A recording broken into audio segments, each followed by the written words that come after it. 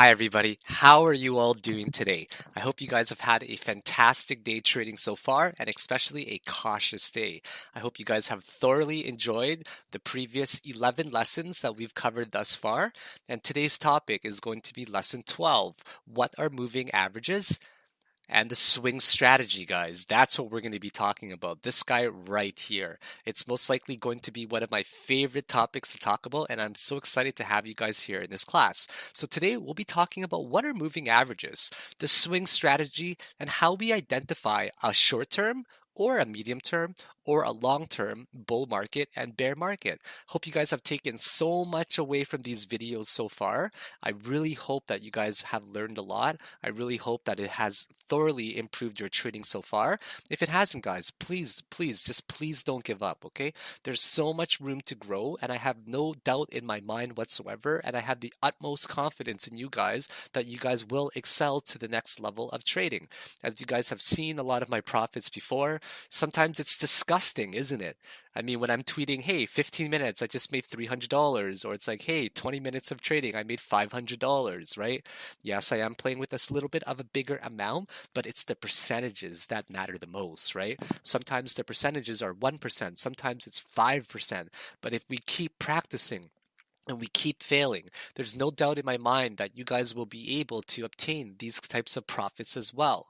So let's dive into it, guys. But before we do that, yesterday we talked about the common patterns and a breakout strategy. And in this particular video, you guys don't want to miss lesson number 12 right here, which is going to be talking about what are moving averages, okay? Moving averages, it's absolutely one of the most powerful indicators in my personal opinion, and it's also going to have to do a lot with lesson 13 as well. So lesson 12 and 13 will be pretty much joined together, where we're going to be talking a lot about the MACD, which is the moving average convergence divergence indicator that will be brought up in the next lesson. So let's get into this, guys. Let's get into lesson number 13 and talk about moving averages. So what are moving averages, okay? Do you guys know what moving averages are? So moving averages, okay, what it does is it takes a specific amount of candles based on what number you have, and it smooths out the price action for you. So it takes an average sample of the previous candles and the price action, and it creates this smooth line that builds, right? But it's also known as a lagging indicator. And lagging indicators are good and they're also bad. So what a lagging indicator is because it takes an average sample of all the previous price data in the past, right? So it needs a lot of information to actually build up the information that you're seeing to smooth out that line. So it's not something that's in real time because it's taking an average, keep in mind, right? So if we look at other indicators, for example, such as RSI, or histogram, which we'll be talking about very thoroughly in the next few episodes or in the next few lessons, you guys are going to realize the difference very quickly between what a lagging indicator is and what a real-time indicator is. So for example, something like an RSI, that's certainly, guys, a real-time indicator. But if we look at, for example, the histogram as well, that's also a real-time indicator, okay? Because these things do not rely on previous price sample or anything for the past prices at all. If we also look at, for example, the level 2 order book, right? If you guys remember, the level 2 order book are the bids and the asks as well. So what that does is it gives you a real-time momentum change as well. So let's talk about how to get these on the charts first of all, which I'm sure you guys remember, right? So when you go to your trading view here, okay? Go to your trading view. Actually, let me actually exit my trading view and I'll show you guys right from the beginning of how to actually access this, okay? Let me just log out of my trading view here very, very quickly for you guys. And then we're going to go over it all together. Actually, I'll just go to Microsoft Edge because I don't want to actually log out here, okay? Okay, let's go to tradingview.com. And I'm going to show you guys exactly how to get this on there. So type in your chart for Bitcoin, whatever chart that you would like to see. Click on your interactive chart right here. okay? And then your charts will come up here on the white screen or whatever. And then go to your indicator tab right here. And I personally use EMA, which is the exponential moving average. And then there's also just moving averages, okay? There's also just a basic moving average, which is a very simple kind as well. The exponential moving average is weighted a little bit differently than the moving average itself. But I personally like to use exponential moving average. So you click on it one time, and then what you'll see is this right here, for example. Okay, you'll see these lines here on the charts. And then what you want to do is you want to double click on it, okay? And then you see where it says 9 here. You can change it to a bunch of numbers that you like 13, for example. You can change it to perhaps 21, okay? You can change it to perhaps 50, right? And notice that every time we change it, I'll show you guys again here, okay? This is how it originally started out, right? This one was the 9. So what the 9 does is it takes the previous 9 candles only. One, so maybe something like that, right? 1, 2, 3, that might be a little bit too much right here. So it takes 1, 2, 3, 4, 5, 6, 7, 8, and 9. So it just takes these 9 bars to give you an average of the price, right? So notice that when I actually change the moving average, okay, I'll show you guys right here. When I change it to, for example, 21, it's actually going to smoothen out more, and it's not going to nearly move up and down as much, okay? So I go to 21, notice how it looks now. It doesn't really move up and down as much, and it's more consistent with the way the lines actually are, right? Now, let's say I actually go to 50. So what 50 will do is it'll actually take the price of the previous 50, right? It'll take the previous prices or the prices of the past 50 candles now instead of 21, right? And now you're going to get an even smoother line. And this gives you an overall average gauge based on all 50 candles of where the price actually was. So just imagine a line that's taking the average of it, okay? So if you take 100, guess how many candles that will actually take up instead now. So it'll take up 100 candles now, right? Let's say that we have 200 candles, okay? 200 candles. Now you see it smoothen out even more, right? So let's get into how we identify, first of all, a bull market or a bear market, okay? So personally, on mine, guys, I have it on these particular numbers, and I'm going to write it out, okay? So let's Google, first of all, Fibonacci numbers. So let's go to Fibonacci numbers right here, and let's talk about what these are. So the Fibonacci number is taken by, it's for example, 1, 2, 3, 5, 8, 13, 21, 34, 55, etc., right? And it just keeps going and going and going like that. And the way that the Fibonacci numbers are given is that the next one is you take 1 plus 1 is equal to 2, right? 1 plus 2 is equal to 3. 2 plus 3 is equal to 5. 5 plus 8 is equal to 13. 13 plus 21 is equal to 34. 21 plus 34 is equal to 55, and so on, right? You take the past two numbers, you add them up, and that's how you're getting your sequence of numbers that comes after it. So what I personally use is a number that's according to the Fibonacci, right? I personally use 8, 13, 21, 55, 100, and actually 200. Okay, I use the 200. I skip 100 entirely because it's not as useful to personally me, but definitely add 100 on there if you would like to have 100. And make sure you guys are, you double click on the line. Make sure you can choose a color to whatever you want. You can make it green, for example. You can make it red. You can make it, pink or purple, whatever color you guys like. On a white background, I personally like to keep it, or sorry, on a black background, I personally like to have my big one on white right here, right? Okay, now we're going to talk about what we consider a bull market, right? Let's say, just as an example, we're looking at a bull market. Okay, let's go to, for example, a weekly chart. What we see on the weekly chart, guys, is that we are still on a very large uptrend, right? So if the price is actually above a specific moving average, right? For example, if it's above the 50 moving average, or I will say 55 moving average right here, then that means that for the past 50 candles, we are on a really good uptrend, okay?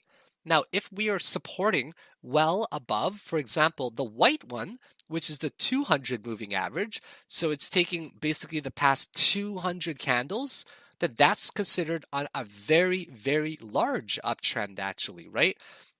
Whereas if we are only supporting it above, if we're supporting it on only above, for example, the 8 EMA, which is not really used often, okay? It's not really used often at all. I should probably delete it actually, but you know what? I use it for day trading. It's pretty good to me. If we're supporting over the 8, that means that we're on a shorter term bull market, right? But if the lines are actually below if the candles are actually below the candles, then we would consider that more of a bear market. Now, the cool thing about EMA, guys, is like this, okay? Think of it like this, okay? Think of it as a line that's an elastic band, right? So we'll use the yellow, for example, because the yellow is the most common one for the 50 moving average, or 55 rather, okay? So if it snaps too far away from the yellow band, what it'll actually do is just snap right back closer to it eventually, right? So if it goes down too far, it'll snap back to it. It likes to take the average of it, we have to remember. And because it's taking the average of it, when it gets too far away from the line, it tends to snap back, right? So if it goes too far down, even if by a little bit, it snaps back up. If it goes too far down, it snaps back up. If it goes too far up, it snaps back up. If it goes too far up, it snaps back down. If it goes too far down, it snaps back up. If it goes too far up, it snaps back down. If it moves below it, it always likes to move very, very close to the line, right? So we always have to remember that about moving averages of that. If it's above a specific number, that's considered an uptrend. If it's below a specific number, then it's actually considered a downtrend, right? So I personally love to use the 55 moving average because it gives me excuse me there, it gives me a really good sample of confirming if it's an uptrend or a downtrend. So let's look at it on different time frames, okay? And we're going to talk about how these short-term trends on a lower time frame can actually translate to a larger uptrend on a bigger time frame, okay? I'm going to show you guys exactly what it means. So what we want to do eventually is find it happening on a lower time frame, and will it actually cascade and carry over to a larger time frame? And that's one of the biggest things that we always want to confirm, because if an uptrend is happening on a 1 hour chart, ideally we would like it to start happening on a 2 hour chart as well, or a 4 hour chart, which confirms a greater degree of that trend, okay? So let's get into a really good example, okay? Let's talk about the 30-minute chart, for example, right here, okay?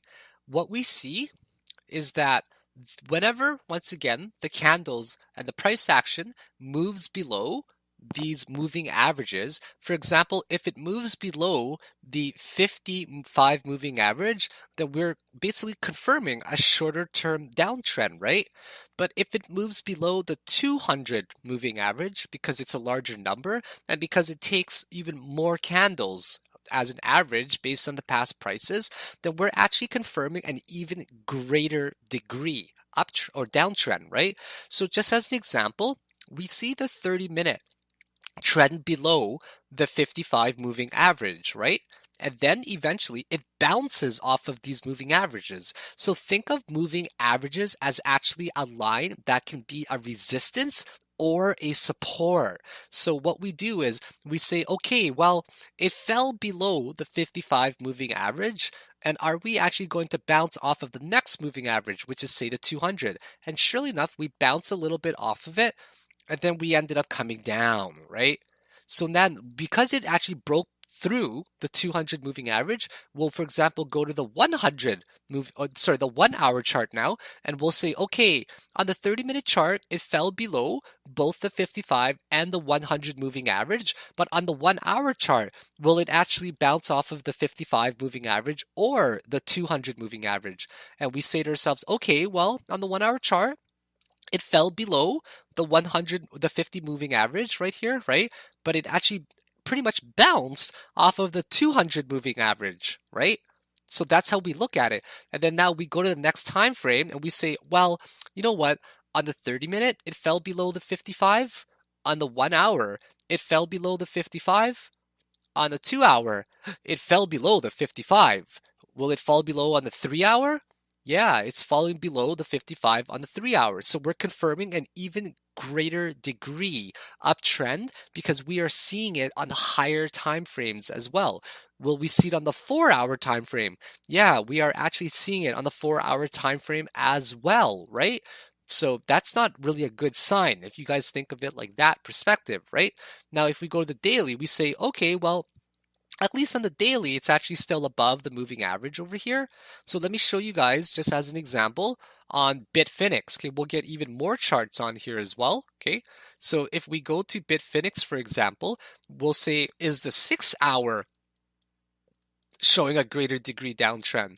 And we say, okay, well, the 6-hour chart right here is actually just about to bounce, or it did bounce off of the 55 moving average. So we say to ourselves, well, the 4-hour fell below, or almost is falling below the 55 moving average. So will it actually hold up in the next time frame? Okay. Will it hold up in the 12-hour? And it definitely is holding up so far. So that's the best way to think of moving averages. Okay. So what we also say is, all right, well, on the 30-minute time frame, it fell below the 200 moving average now, which is the white line, which confirms an even greater degree downtrend. And then we say, well, will the 1 hour, right, actually end up confirming that as well? And yeah, the 1 hour is actually showing that it's actually downtrending on a greater degree as well. So on the 2-hour chart, we almost nicked it, right? On the 2-hour chart, we almost nicked the 200 moving average there and bounced off of it. Now let me show you guys a really good example of a resistance, okay?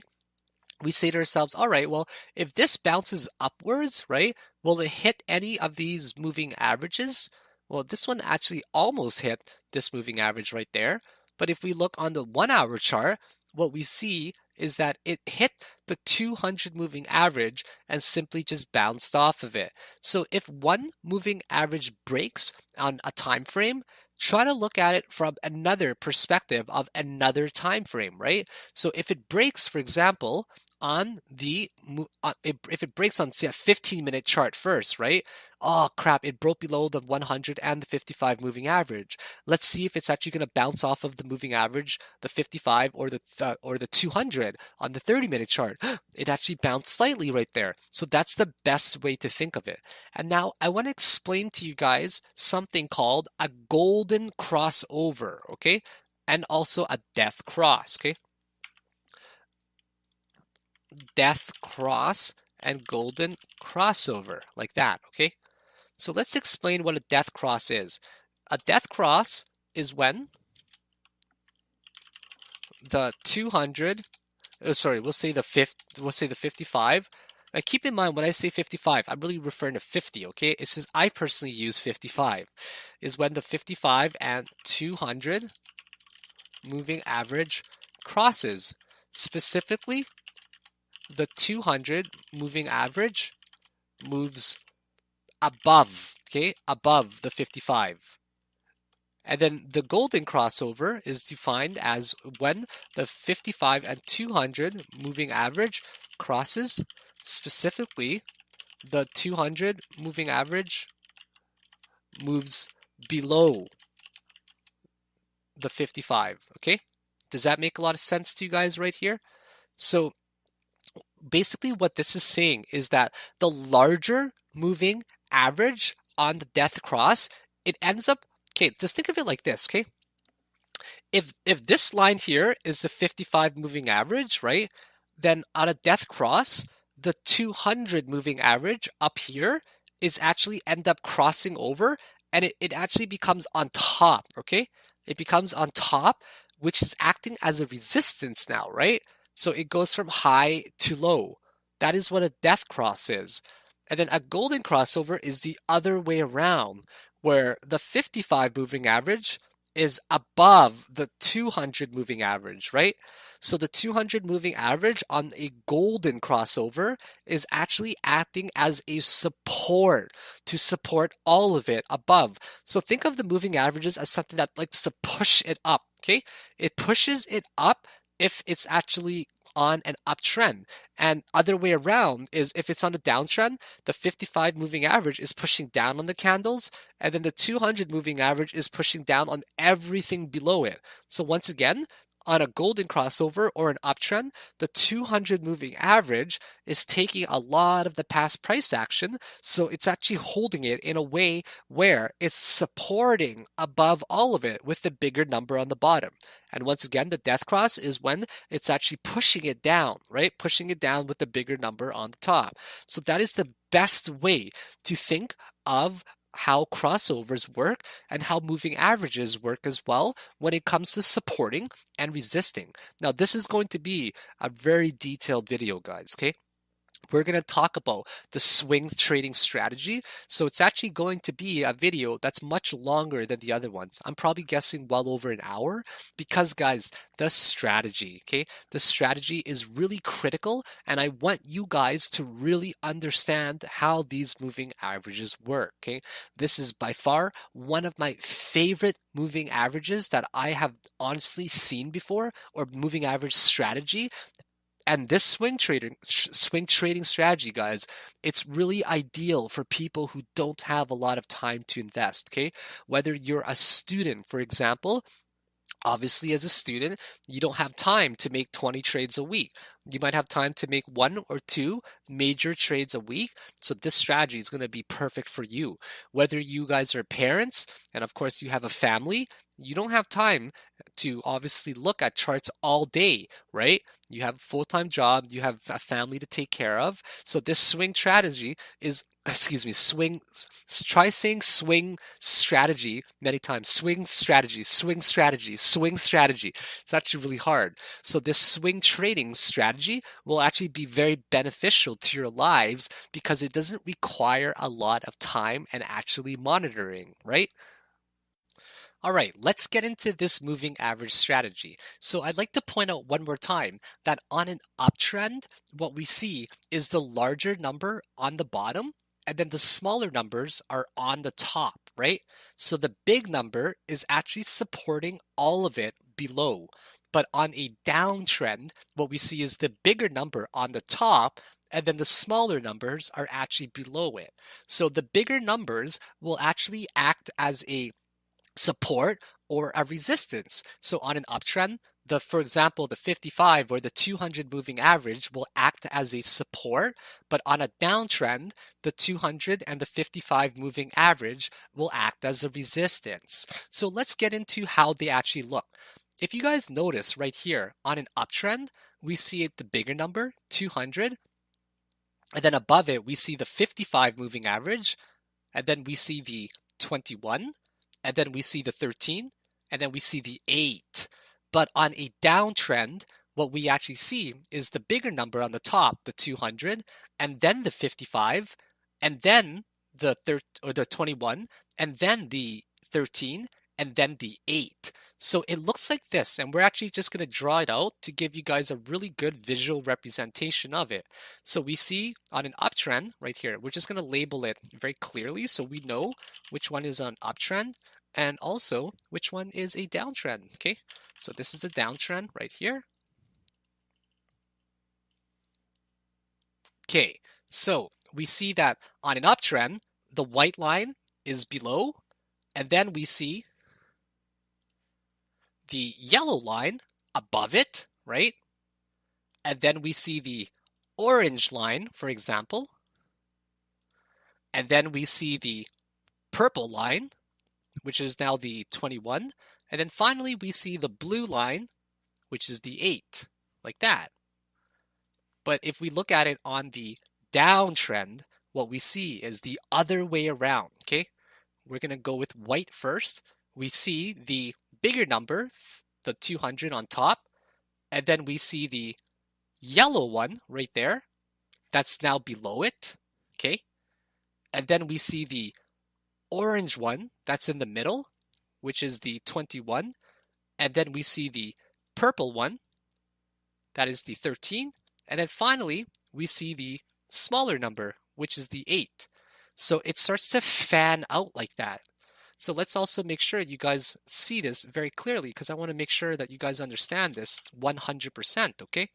So we see the 200 right there, and then we see the 55 right there, and then we see the 21, which is the orange line right there, and then we see the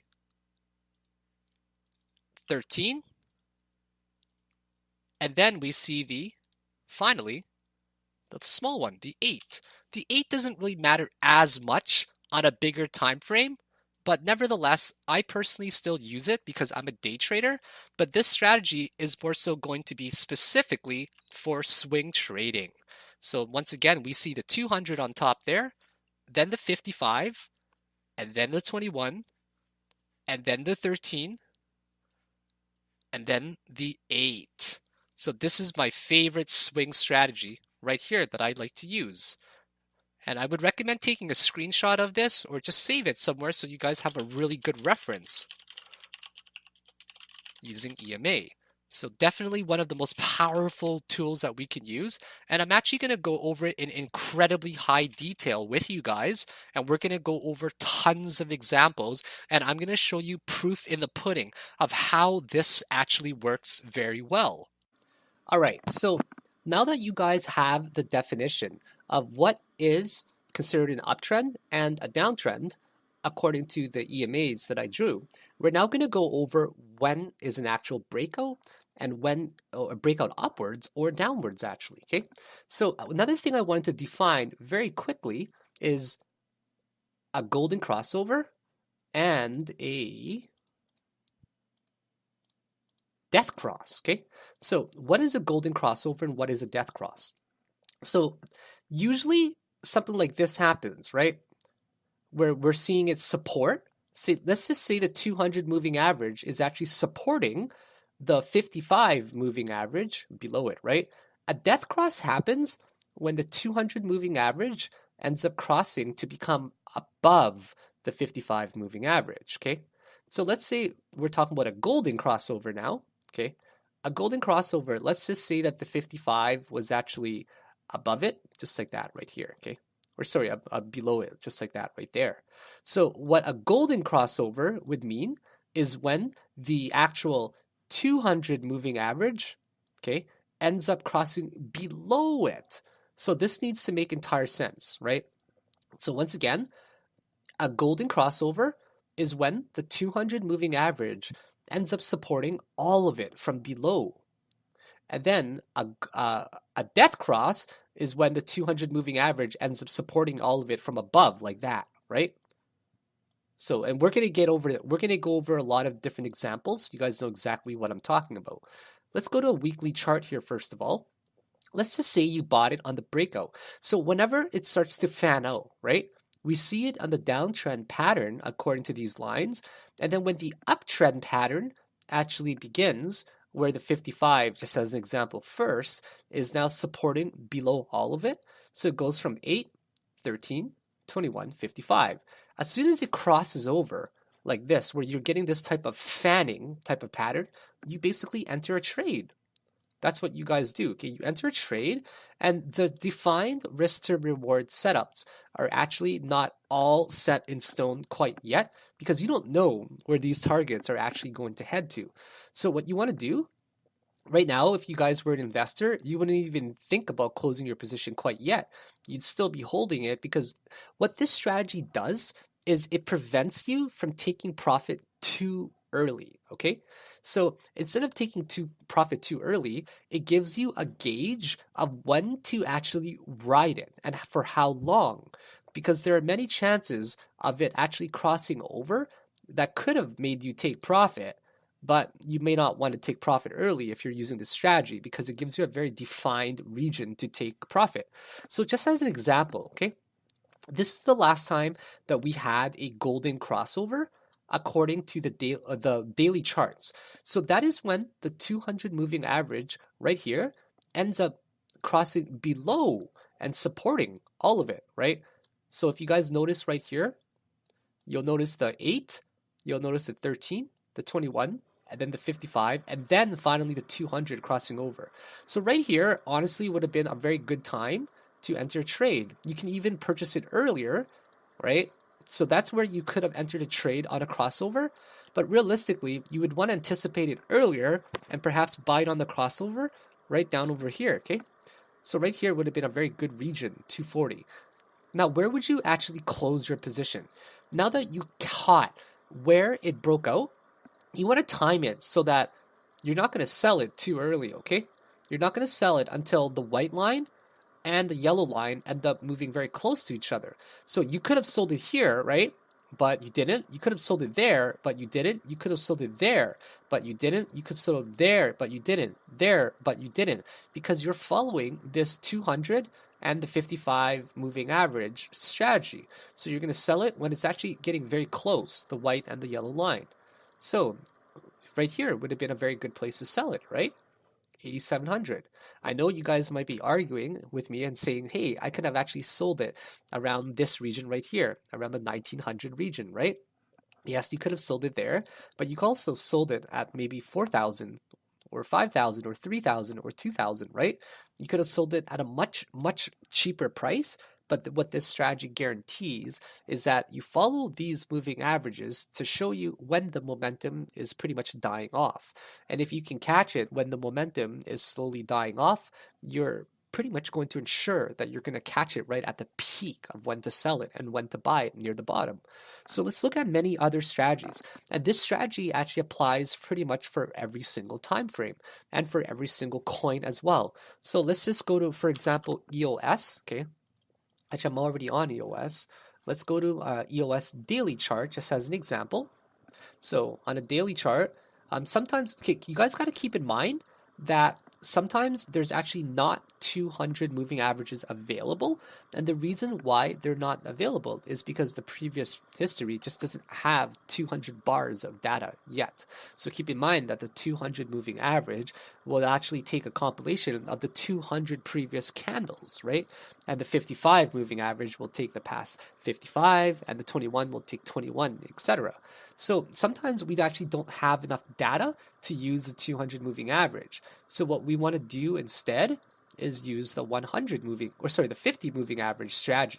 So it's the same strategy, guys, right? When we are starting to see this fan out, so yellow, and then the next one will be orange, okay? And the next one will be purple.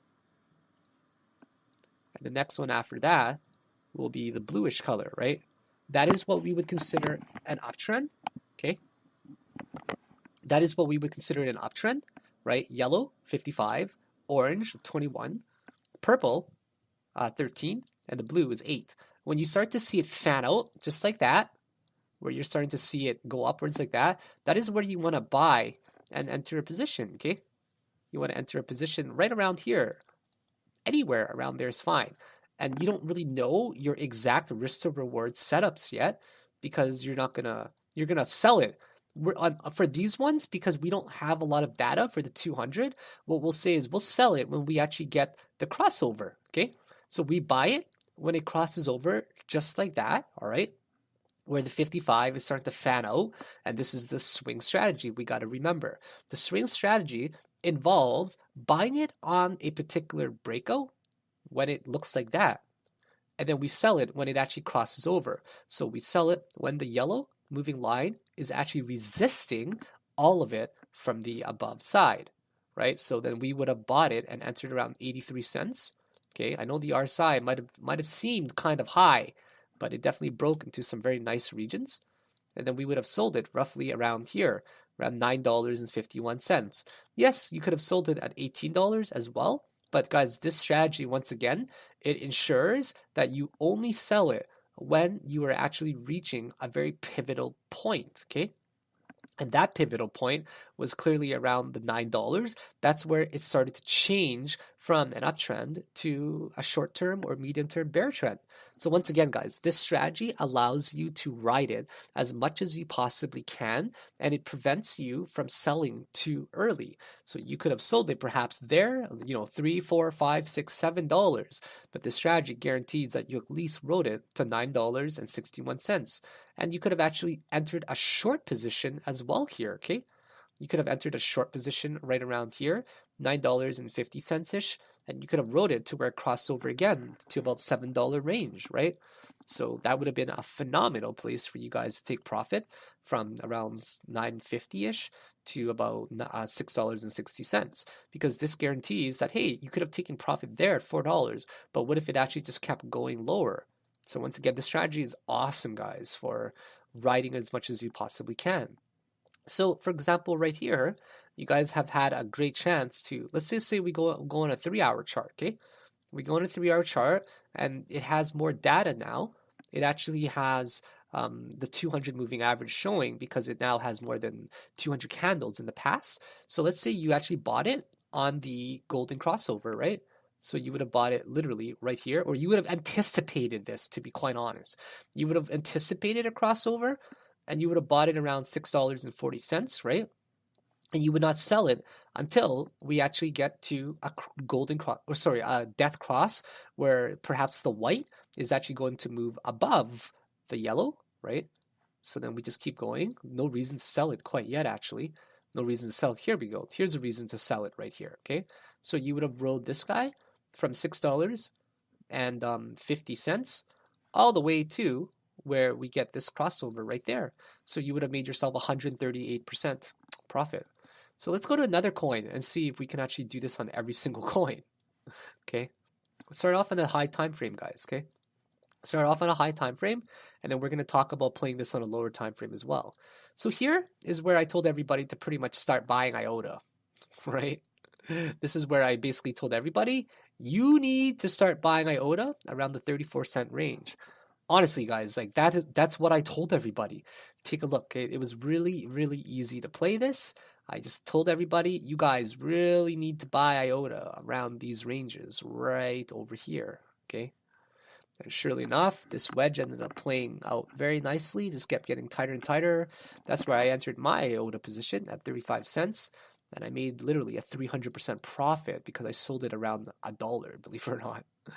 $1. Then I entered another position from around 60, 70 cents, and I rolled that guy to almost $3. Then you get quite that high, but I made some nasty gains on it, guys. Like we're talking 4, 5, 6, 700% gains on it, right? Just by following some of these strategies. So if you take a look on IOTA, where would you have bought it, guys? Okay, you would have bought it right here on the breakout. That's where the fanning started to happen, right? That's where the golden crossover-ish happened with the 55 EMA. So you would have bought it around, perhaps anticipating around 55 cents, you would have bought it, okay? 55 cents you would have bought it. And yeah, sure, you could have sold it up there on a higher time frame, but because you guys might not be familiar with different strategies quite yet, which I'll actually introduce slowly if you guys would like, okay? So let's just say you bought right around here, okay? And then what you would want to do is you could confirm an uptrend, the top of an uptrend, pretty much with either Elliott wave or simply say on a 4-hour chart here, okay? Basically getting double tops right there. So as soon as we peaked off at the double top, I definitely would have sold it, or I would have went over to a lower time frame and sold at a crossover. So you can pretty much buy on the crossover right here on a lower time frame, and you can also sell it on a lower time frame as well. Personally, myself, I probably would have started selling it right around there. So yeah, I took my profit earlier at $3, like right around here. But if I followed this particular strategy, I would have actually made myself about a 500% profit. So pretty good strategy there still, 500%. Can't really complain about that, guys, okay? So let's look at it on a downtrend as well. So let's say you're actually shorting the market and you've now confirmed that, hey, January, December-ish, we're now entering a bear market. Let's say you entered it on the 4-hour time frame, okay? You entered it on the 4-hour time frame where you're seeing this death crossover. So now the 55 moving average is now below the 200 moving average. So we see the 200 moving average is actually supporting all of it from above, right? So because it's supporting all of it from above, you don't exactly know where the supports are going to be quite yet, but you would typically imagine the next lower points is kind of right around this region, right? So even before confirming that that's your risk to reward, and that's the play that you would have actually taken, or sorry, even before confirming that that's where you would have closed your position because you have no idea and no way to know it's actually going to get there, you can just loosely draw out your risk to reward ratio, set your stop loss, I'd probably say around like a 5% loss. It's kind of what I'm cool with. And you guys could have easily made at least 75% profit there. 75% profit's kind of cool, guys. You know, or you could have you could have most likely closed your position right around here, guys. So if you close it here, that's where the crossover actually happened, right? You still would have made yourself a good 63% profit there. So now that you guys know exactly how to short it as well, let's say you entered a long position, right? You entered a long position, you buy it on the golden crossover right here, or you would anticipate the crossover because it was so parabolically moving upwards that you'd buy on the golden crossover, okay? And then you would basically sell up to you guys where the 55 moving average crosses over. That's where I would have sold it on a 4-hour chart, okay? I would have made myself a good 78% profit as well. So every single chart, excuse me, hiccups there. Every single coin that we're looking at, it seems like there's a lot of ways to profit using this strategy, right? So let's just say you're looking at Ripple on I don't know, let's just say we're doing it on a 3-hour chart or something, right? So on Ripple, you guys would have bought it right here. You would have bought it right there around the 23-cent range where it started to fan out, okay? Now you got to make sure that you got a really good eye for this, right? Here is, you could have bought it there when it fanned out, but it was much easier to tell right around there, right? So what you want to do is you want to buy in a breakout as soon as it starts to fan out around this region. Never mind the RSI and stuff, guys. Like, don't worry about those because this is a very different scenario, a different strategy that we're going with, right? You would have bought it around there, okay? Let's just say we end up buying it at the crossover of the 200 and the 55 for the golden crossover, but we actually end up selling it where it crosses over only for the 55. So if you bought it right here, okay, and you sold it right around here, you would have made yourself a 773% profit. It's kind of a big profit, guys. 773% profit. Think of that. Just by following a bunch of lines on a chart, right? I mean, it's not really that difficult, in my personal opinion, to learn this strategy. Now, let's say we actually looked at it on a downtrend, okay? Well, you confirmed your downtrend. That's where you obviously closed your position, right?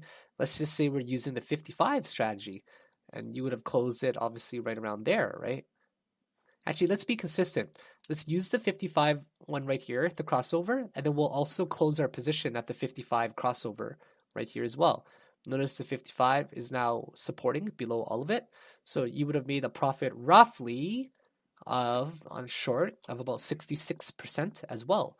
And this would have been over the course of about 30 days, right? 66% in 30 days. It's pretty good, guys. If you had put in $1,000, you would have made $600 about, right?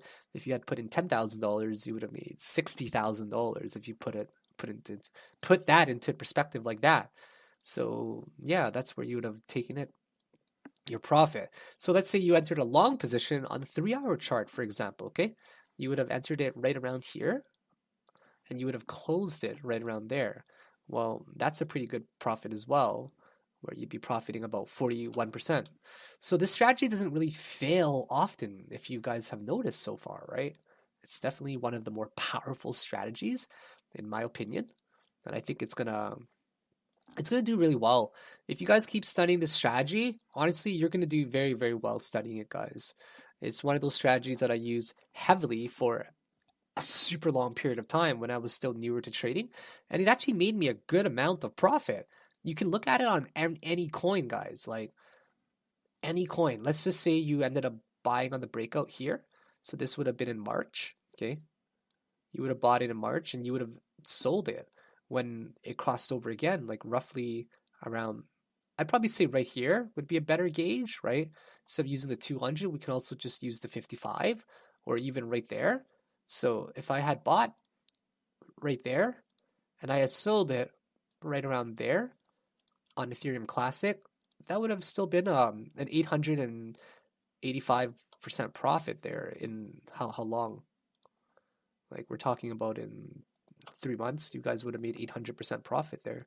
And guys, these 800% profits, they come a lot. Like they come really, really often.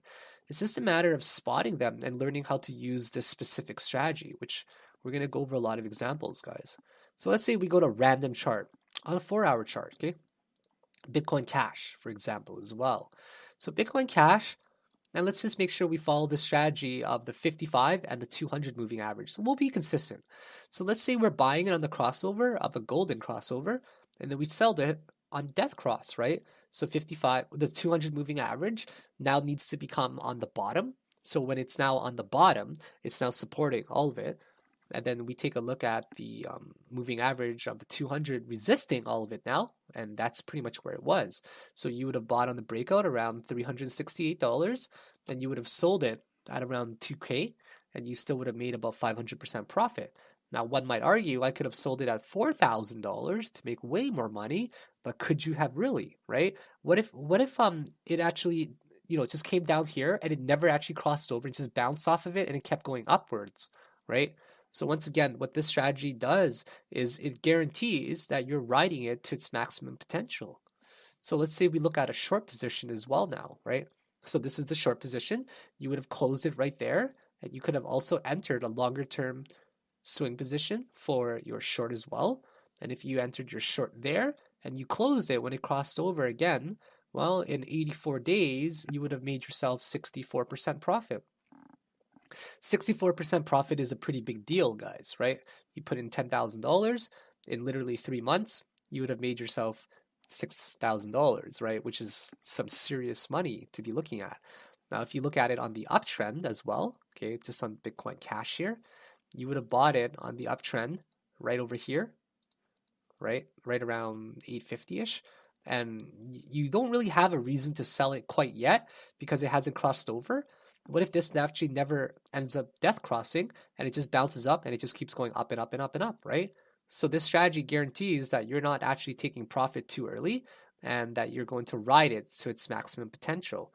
So you can even do it on a small time frame, guys. Let's say you go to a 30-minute chart. Like swing trading is really good for 30-minute charts, in my opinion, right? Let's say you want to swing this position for 5 days. So what swinging refers to is taking an extended duration for a position, right? Instead of day trading every single day, you might be holding a position for a week or 2 or even 3.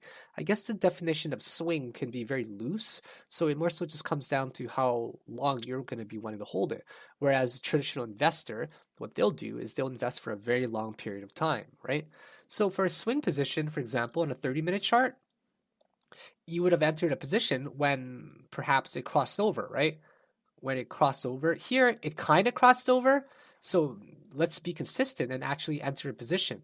If you entered it when it did cross over, right around here, pretty much, right? You got to make sure you give yourself a very generous stop loss. Notice the stop loss here is about 7% or so. You got to make sure it's very generous. And you would ride it until it crosses over again. So you would have rode it to roughly that level, I'm guessing. And okay, it actually never crossed over, right? It never crossed over yet until right here. So you actually gained a little bit more profit on it. So take a look. So this is where you actually ended up crossing over instead. So notice right here, looks like it was about to cross over, but it didn't. Looked like didn't. Looked like it was going to and finally did, right? So sometimes you can get like a fake out. So you would have taken your profit right around there. This one would have been a good 111% gain as well for a swing position. And this would have been over the period of, for example, 22 days, 3 weeks, not bad. So let's say you entered another swing position on a short, okay? You would have entered on a short right here. You wouldn't have actually made a lot of money on this particular short position because, well, you entered on the crossover, right? Set your stop loss somewhere up there. You actually ended up breaking even right over here at the cross. So you ended up making like a 2% gain, almost breaking even. But here is would have been the nice one, right? You enter on the crossover and then you sell it when it actually crosses over again right there. So that would have been a good 20% gain as well. Let's look at it on a 30-minute chart for its short position. You would have entered a short right there, okay? And now you actually have no reason to close your short position yet because the white line is actually not supporting below all of them quite yet. So you would still be in a short position from 1600 to 13-ish. So there's many, many different ways to play this. Let's say you're actually looking at Bitcoin as well on a 30-minute chart, guys, right? Let's just say for the past few like month or something, you would have entered a short position here. You would have closed it right there for 15% gain, right? Actually, you wouldn't have closed it yet because it never actually officially crossed over. So you would have entered there. You would have closed it at the official crossover right there at 31%, right? These ones are too small, so you don't want to enter it yet. But if you did enter a crossover, you would have entered a trade here for the crossover, you would have broken even.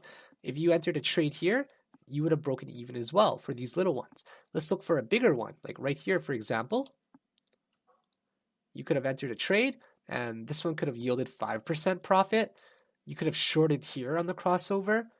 You would have yielded a 2% profit, right? You could have shorted here on a actually you wouldn't have closed your position at all yet there for your 2% because it never officially crossed over. You would have opened your position from 9,500 and you would have pretty much taken your profit right around there for a 10% profit, right? Now you would have also entered a short position here on a 30-minute chart for swinging, and you would have no reason to even close your position quite yet because it hasn't crossed over. So now it's just a matter of waiting to see what coin does what. Like I'll go to random chart, like for example, EOS 30-minute chart here as well, right?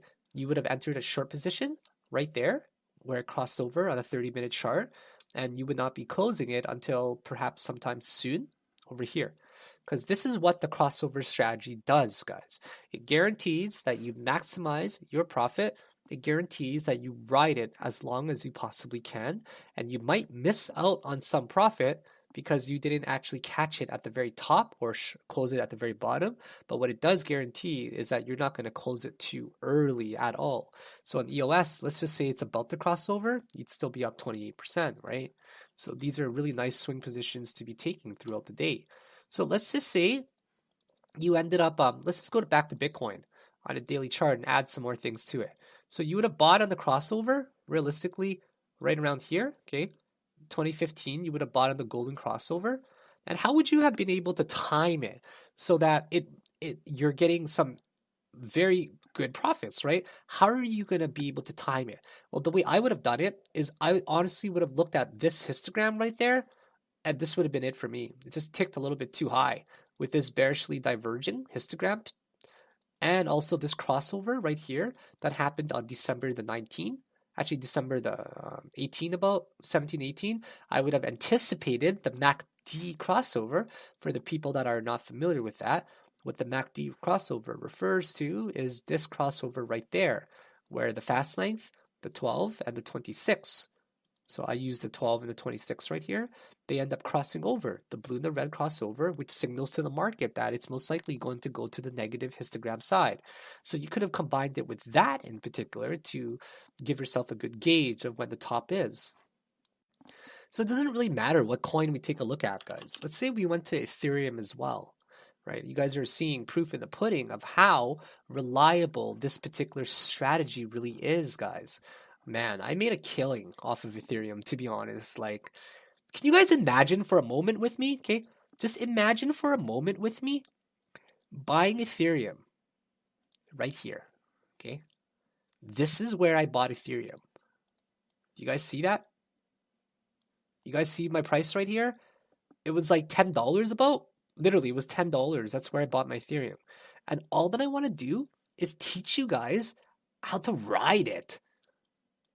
Honestly, guys, I just want to teach you guys how to ride this bad boy, okay? And I've known about this moving average strategy for a very long time. So I bought it literally like right around the breakout, guys, like right around the breakout around here, January, February, March-ish, where the 55 moving average was breaking out. Then the 200 moving average started to show. So that's where I bought my 200 Ethereum on top of the however 100 that I've had it already as well, right? So I've been using this as a gauge the whole time, right here as a gauge. And I follow the exact same thing as Bitcoin, where that we just talked about, where it's reaching some really high histogram numbers, right? And as soon as it started to downtick like that, okay, I didn't actually sell mine like way up there. Okay, I actually didn't. I was panicking right around here, right, right around there in July at about 260, 270, but it actually bounced back up to like the 300 something ranges. And that's where I just felt in my bones that it was just retracing way too hard. And because it retraced way too hard, and we actually ended up getting like a 30% drop that day, it bounced back very quickly. We started to bearishly diverge, and I took my profit. It was like a $70,000-$80,000 profit on just those two Ethereum. And then after that, I had even more Ethereum because I was mining as well, right? I was mining on 36 GPUs. If you guys go to the Ethereum forums, you'll find me very active in it as well. Not right now, but 3-4 years ago, very active. I was helping the community get started. So if you take a look at the moving average strategy, let's say you never sold it, you would have entered around $10, right? And you'd still be holding it right now till about $606, or maybe even to 300 something. That's where you'd have sold it, right? But realistically, as a smart investor that you guys are, you guys probably would have looked on a lower time frame as well, right? So you would have bought it at the 300 something dollar range, okay? $300 something or $10 range. And realistically, the first sign to sell was going to be right here, okay? The first sign would be about $288, right? And then the next sign to buy it would be right here around the $217 range, 217, and then you sell it again at 320, right? You could have entered a short position when it crossed over here, but you would have only made about 10% profit. Here, you could have entered a long position, right? Right around here, but you crossed over again, you would have only made 5% profit there over 25 days. So here is the big one. For Ethereum, you would have entered it when it crossed over again, so right around this range, around $315, and you would have rode it all the way till about $1,058. So it works on every coin. Let's take a look at Litecoin to see how this is doing as well. Guys, trust me, like when you guys get this strategy down, it becomes so easy. Like I kid you not, it just becomes so easy, and you guys are gonna be like, what? This strategy is that easy? Yeah, it really is, guys. Like Litecoin, that's one of the ones I called out as well, right? I kept urging for everybody to buy it at where was it here? $56. Yeah, I urged everybody to buy it at $56 there. That was the first breakout, but I was also urging people to buy like actually no, I wasn't. I wasn't even on YouTube and Twitter back then. So around the $4 range, you guys would have bought, okay? You would have bought right there at the $4 range, and you would have just kept going and kept going and kept going and kept going, and you would not have sold it until pretty much say this crossover here, right? Around $200 you would have sold it, or even 140. This way, once again, it maximizes your profit. You guys will always argue with me and say, "Oh, I could have sold it around the really high ranges, up to $300-$400, right?" Well, to employ targeting up there, you would have to know a little bit more of an advanced type of technical analysis, which we'll be introducing later, right? I would have sold it probably at the MACD crossover there, or I would have looked on a lower time frame. I would have bought it at the $4. I probably would have sold it around here, the $255 range. Makes a lot of sense. So we look at, for example, Tron as well. We can look at honestly at any single coin because these coins will all tell a very similar story. So on a daily chart, there's nothing to really show. But let's say we go on the 4-hour chart. There we go. The 4-hour chart right here, guys. It was only recently released. So you guys would have bought it on the breakout right around here, okay? Right around this region, say around the 43 Satoshi, 43 cent range, and you would have sold it when it crosses over to up there about the 82 cent range. So you guys would have made yourself a nice 100% profit. So what other coins can we look at, guys? I mean, it's honestly every coin, right? Let's say we looked at Cardano. So we looked at Cardano as well. And let's just say we went on a 4-hour time frame. You guys would have bought it right here on the crossover, right there, okay, on the crossover, 392. And then you would ride it until it actually crosses over again. So right there. So you would have sold it at the 4,800 Satoshi range still. So that still would have been a nice profit. So once again, you would have argued, well, I could have sold it up there. Probably not, guys, right? You're never going to be able to time it like that. So what this strategy ensures is that you are taking your profit as soon as you've confirmed that the uptrend is now over. And if you are able to short this coin, I don't know if any exchanges could short it, but you basically would have shorted a position from right there. That's where the crossover was. Actually, it would have been more like right here, okay? Right there. And you would have closed it where the crossover roughly was, right around here. That's more realistic. So you could have made yourself a nice 35% gain there as well. So I've shown you guys a lot of examples already. And have you guys noticed all that it's about is waiting for some sort of crossover, whether it's the 55 moving average crossover or the 200 golden cross or death cross crossover. It's just a matter of learning how to use these lines in a very efficient method. And once we learn how to use these moving averages, and we combine it with things like RSI, or we combine it with things like MACD as well, or just candlestick analysis or price action in general, or level 2 momentum, we can get a very good gauge of where to take profit. But just to summarize very quickly, right? To go into a long position, you buy it when it crosses over like that, or when you're anticipating a crossover. Obviously, here it would have been a great place to buy it in hindsight, but that's in hindsight, right? So you would have bought it on the crossover and you would have sold it on the crossover. You would have shorted on the crossover and you would have closed your position on the crossover again. So that's pretty much what you do, guys. You buy it on the crossovers and you sell it on the crossovers, and it can work on any time frame, even on a 5-minute time frame, guys. Even though the swings are not that much, sure, you can buy it on you can do it on 5-minute time frame as well, right? You would have shorted right there. You would have closed your position right there for a 4% gain. You could have entered a position there. You could have almost getting ready to close it for another 4% gain. So it doesn't really matter what time frame you guys do this on. You'll find the confluency, or is that even a word, confluency? You'll find confluence on every single time frame. And this moving average strategy is definitely one of the best swing trading strategies that I have ever come across, because it doesn't really require a lot of monitoring. You can anticipate and extrapolate a lot of the information that is about to come as well. And it's really easy to tell that from right here, for example, okay, just from right here, that it's about to cross over, right? So when you anticipated it's about to cross over, you could easily get yourself into a decent position. So that's personally what I think that we're going to be. You guys are going to do very well, trust me, using this strategy. I've gone over many different scenarios on many different time frames, and I think if you guys adopt this to one of your strategies and also add RSI and MACD and candlestick analysis and price action analysis as well into your swing trading strategy, you guys can actually become a very successful trader over time just by taking a few of these trades a week. They are what I would call a high probability play, and the worst case that can happen, in my opinion, is you get stopped out. But if you take enough of these trades, like we're talking about 10 of these trades a month, right? You might lose 5. You never know. You'll lose 50%, but the probability of you winning is higher. Actually, we should say about you might lose 40%. If you win 60%, great. Risk to reward is not very much so predefined yet, because we're more so riding it to see how we can maximize these profits and minimize our bottom line losses in general, right? So if you stick to these strategies, I think that you guys are going to be very profitable over time. And there's no doubt in my mind that the profits are going to roll in. You have to stick to a very basic strategy first, okay?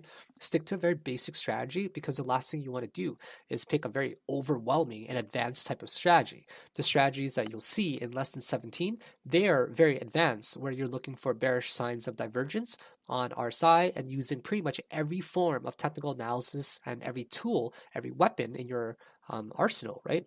So those are more advanced types of analysis. But if you stick to specifically this strategy alone, guys, there's no doubt in my mind that you're going to make some good money. How do I know? Because I've made some incredible amounts of cash trading this particular style. And I definitely believe that you guys will also have an incredible opportunity if you master or practice this style a lot. So this will conclude our lesson, guys. We've gone over about an hour in these particular lessons already. This one was lesson number 12, right? We talked about the swing strategy story. Sorry, what are moving averages? How do we identify a bull or bear market, right? One thing I wanted to brush up very quickly on was that what we try to do is we try to identify and keep this in mind, right? We identify a short-term bear market, right? A bear trend. So if this is a short-term bear trend where we're getting these moving averages like that, we also ask ourselves, is it happening on the 2 hour chart? Is it happening on the 3 hour chart? Is it happening on the 4 hour chart? Is it happening on the daily? If it happens on the daily, then that's where you know that unfortunately it's going to end up, um, if it happens on the daily, that's where you know that the greater degree has now been confirmed on a higher time frame. So, for example, here, what we see is we end up getting a death cross right here, downwards, right? This is a death cross right there. Then we end up getting a golden crossover again, going to the upside. And then we actually end up looking like it's going to get a. Sorry, we ended up death crossing, then a golden cross upwards, and it looks like we're about to get a death cross right now as well to come down on the downside. So that looks pretty scary, right? So a lot of people will actually enter short positions from here, if you notice. So if we confirm it, if we can confirm it on a shorter degree time frame, like a 1 hour, 2 hour, 3 hour, it can cascade and move over to the higher time frames, which will also confirm a greater degree. So that is the importance of a high time frame and a low time frame. You might get signs that it's looking bearish in one time frame. Well, will it actually carry over bearishly to a higher time frame as well? So I hope you guys have enjoyed this lesson of mine. A lot of energy has been put into it because I want you guys to be very successful with this strategy, which will also lead into our lesson 13. What is the MACD indicator and what is the MACD and histogram, I should write? It's one of my favorite indicators. How do we use this to actually time entering a small position, or maybe it's a short as well, or it's a short day trading position as well. I apologize for stuttering there. So the MACD and the histogram, it's one of my favorite tools that we can see. The histogram gives us a very good gauge of these ladders and these stair steps that can move up and down. That tells us its overall progression, whether it's moving up or down. And it's a real-time momentum gauge as well. Whereas the MACD is a lagging indicator. It'll take the previous price action and compile it into a line, right? That's how we're getting this moving average convergence divergence. But when we combine it with RSI and histogram as well, we can find a lot of confluent reasons to enter a trade. And I think that when we combine the swing trading strategy that you guys are most likely very familiar with now, and when we combine it with histogram and MACD and RSI, you guys are definitely going to improve your skills as a trader. So thank you very much for joining me for lesson number 12. I look very much so forward to seeing you guys for lesson number 13, where we'll be talking about the MACD and histogram indicator and just more about general strategies in general. So I hope that you guys have taken a lot away from these classes and these lessons, especially the previous one where we've talked about moving averages. I thank you for joining me for the class, guys, and have yourselves a wonderful day. And I will see you for lesson number 13, where we'll talk about MACD and histogram. Bye now. Have a great day. Take care.